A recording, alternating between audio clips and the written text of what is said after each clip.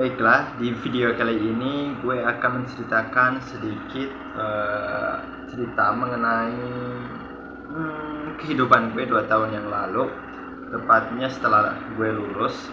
Jadi gue lulus itu bulan Desember, ingat banget gue sidang tanggal 12 September. Kemudian di wisuda bulan Desember. Setelah itu sebelum di wisuda gue sebelumnya magang di salah satu kafe kecil di Jakarta, diletaknya di Jakarta Timur. Itu gue cuma kuat 3 hari doang.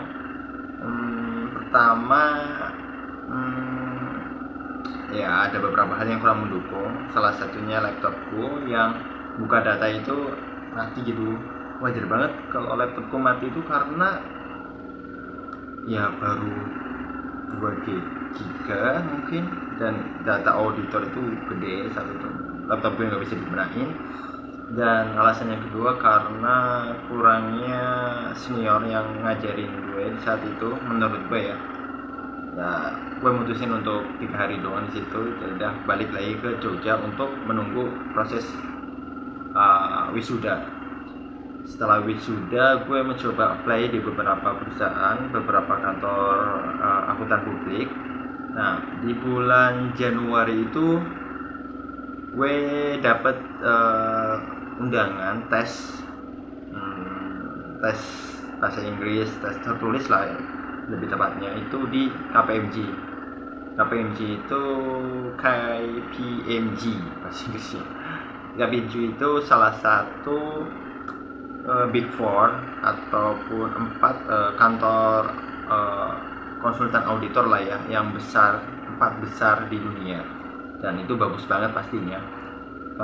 Itu gue dapat kesempatan untuk tes di situ. Posisi gue saat itu masih di Jogja, jadi gue nge-apply-nya online ya di websitenya KPMG. Kalian bisa aja cari di websitenya untuk melamar pekerjaan di situ. Nah, gue tes di situ. Saat itu gue ke Jakarta naik kereta kalau nggak salah. Ya naik kereta. Naik travel. Kemudian nginep di kos masku. Nah, itu hari Senin gue tes. Nah, gue kan pakai baju putih gitu kan. Pakai baju putih, pakai celana hitam, pakai sepatu pantofel gitu kan, ya formal gitu. Apa yang terjadi di sana? Ya, di sana gue paling formal di antara peserta tes yang lainnya. Peserta tes yang lainnya itu ada yang pakai kaos biasa, ada yang pakai jaket, ada yang pakai pakaian kuliah gitu. Mereka itu mayoritas loh ya. Yang pakaian formal paling yang gue inget 2 orang doang, jadi itu cowok. Ya, ini selebihnya pakaian informal lah, kayak pakaian kuliah, yang kaos, ada yang jaket, ada yang kemeja, warna-warni dan sebagainya. Jadi itu tesnya ada beberapa tahap yang gue ingat. Yang pertama itu tes psikologi, kemudian tes logika, tes bahasa Inggris Pilgan, kemudian tes bahasa Inggris esai.